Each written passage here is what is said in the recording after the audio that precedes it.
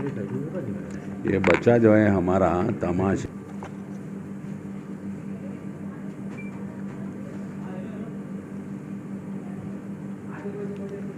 जी साहब। बिस्मिल्लाहिर्रहमानिर्रहीम। अस्सलातु वस्सलामु अलैका या रसूल अल्लाह सल्लल्लाहु अलैहि वसल्लम। मैं मोहम्मद अब्दुल क़दीर सिद्दीकी, मोहतमीम मक्का मस्जिद। हमारे डिपार्टमेंट की तरफ से एक मेमो आया है जिसमें जो है कुछ हम लोगों के लिए जो है नाकाबिल क़बूल जो है एक्शन मालूम हो रहे हैं। हमारा मक्का मस्जिद और बाग़याम की मस्जिद Mir Usman Ali Khan, Nawab Mir Usman Ali Khan, the last king of Asaf Jahi dynasty, 1948 के बाद में जो है ये गवर्नमेंट के तफवीज़ कर दी गई थी मक्का मस्जिद और बाग़याम की मस्जिद, और गवर्नमेंट ने इसको कबूल भी कर लिया था और इसका मेंटेनेंस और इसके तमाम अखराजात की ज़िम्मेदारी गवर्नमेंट के पास थी।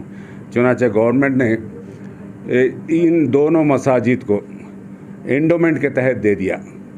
एंडोमेंट के तहत दे देने के बाद में कमिश्नर एंडोमेंट हमारी हर किस्म की जो भी ज़रूरियात होते हैं, हमारी तनख्वाहों का, इसका बहुत खूबी से जो है ख्याल करते और जो है बहुत अच्छी तरीक़े से किसी यानी देरी के बग़ैर मोहतमीम मक्का मस्जिद की गुजारिशात को कबूल कर लेते और आर्डर निकाल देते।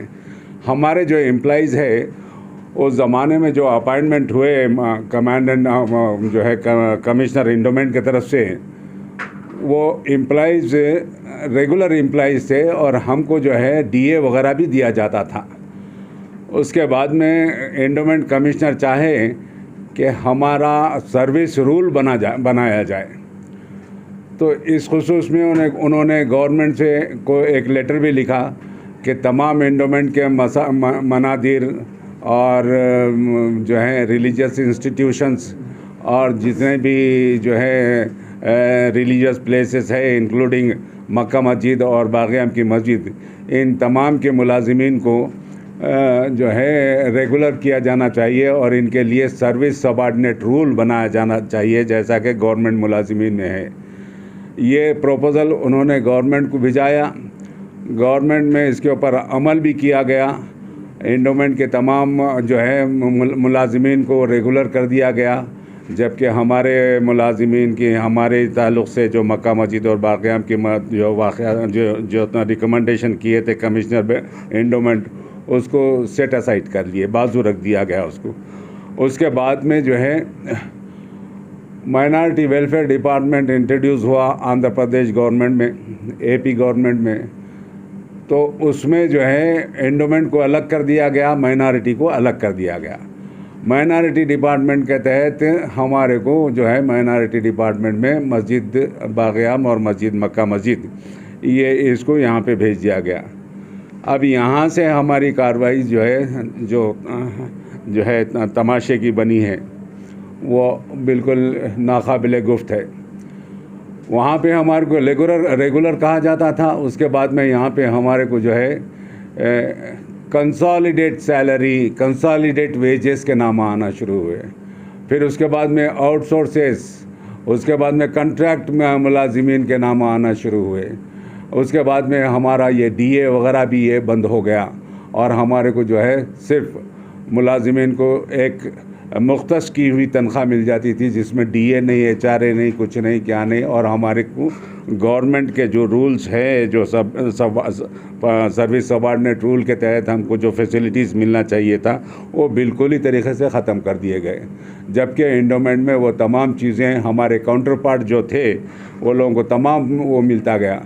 उसके बाद में जो है हमारे केसीआर साहब अल्हम्दुलिल्लाह इन्होंने जो है म्युनिसिपल कॉरपोरेशन के जो है टेम्पररी मुलाजिमीन को, आउटसोर्सेस के लोगों को और जो है एंडोमेंट के आउटसोर्सेस लोगों को और आरटीसी के आउटसोर्सेस लोगों को, एजुकेशन डिपार्टमेंट के जो है जूनियर लेक्चरर्स को सबको रेगुलर कर दिया। और हमारा मामला फिर अभी पेंडिंग पड़ा हुआ है और फिर हमको अब 1 साल के ड्यूरेशन का बताया जा रहा है मेमो में। तो ये ये हमारे 1 साल का मेम कैसा हो सकता है? हमारे जो है रिलीजियस स्टाफ, हमारे इमाम हैं, ख़तीब हैं, तो क्या ये कॉन्ट्रैक्टर के थ्रू चले जाएंगे? कॉन्ट्रैक्टर के अंडर चले जाएंगे? और जब कॉन्ट्रैक्टर चाहेगा उन्हें हमको बदल डालेंगा, हमको ये कर डालेंगा, जो मनचा हो जाएगा। इससे पूरा एडमिनिस्ट्रेशन स्कैटर्ड हो जाएगा। ये हमारी जो है रिक्वेस्ट है गवर्नमेंट से कि जो है हमारे इस प्रॉब्लम को, हमारे पास मक्का मस्जिद में सिर्फ 24 मुलाजिमीन का सैंक्शन स्ट्रेंथ है और बाग़-ए-आम की मस्जिद में सिर्फ 6 मुलाजिमीन का सैंक्शन स्ट्रेंथ है। और ये सैंक्शन स्ट्रेंथ 1976 से चला आ रहा है। इससे पहले कमिश्नर एंडोमेंट बग़ैर किसी सैंक्शन के नए अपॉइंटमेंट भी करते थे, लेकिन अब हमारे पास सैंक्शन स्ट्रेंथ को भी जो है प्रॉब्लम्स हो रहे हैं।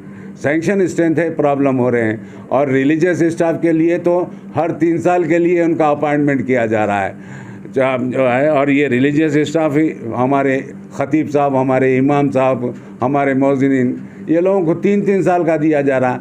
अब इनका एक्सटेंशन ख़त्म होने से पहले जो है मैं महीना 2 महीने पहले रिकमेंड करके भेजाता हूँ कि इनके एक्सटेंशन बढ़ा दिया जाए। अब फजर और जोहर के इमाम को 11 महीने से तनख्वाह नहीं है। एक्सटेंशन के लिए मैं 1.5 महीना पहले रिक्वेस्ट कर दिया गवर्नमेंट को कि इनका एक्सटेंशन दिया जाए, जबकि एंडोमेंट में ये लोगों की कोई एक्सटेंशन की ज़रूरत ही नहीं थी। ये लोगों का अपॉइंटमेंट जो है बिल्कुल, यानी हमारे पास रिटायरमेंट का एज 65 ईयर्स रखा गया। हमारे को रिटायरमेंट के बाद में 3 लाख रुपए जो है मॉनिटरी असिस्टेंस देने का, बेनिफिट देने का वो रखा गया। हमको 15 दिन की लीव का हक़ दिया गया। ये तमाम चीज़ें होने के बावजूद जो है हमारा पोजीशन इतना वो होगा अब हमारे लिए बहुत ही तकलीफ़दा है। और ये जो है हम CM साहब से भी और मुतालिका जो है हमारे सेक्रेटरी साहब से, हमारे डायरेक्टर साहब से ये को रिपोर्ट लिख के भेजे हैं। अल्लाह इनकी कोशिशों को कामयाब करे और हमारी मदद कर दे। हमारे मुलाजिमीन को 12,000 रुपये फर्राश को मिलते हैं, जिसमें से 8,000 रुपये 12,000 में से जो है 6-7-8,000 तो उन्हें किराए के मकान में दे देता। 4-5 हज़ार में बीवी बच्चे, तालीम, ये कैसी गुजरेंगी हमारी? बहुत ही कस्मा पुरसी में है हमारे लोग।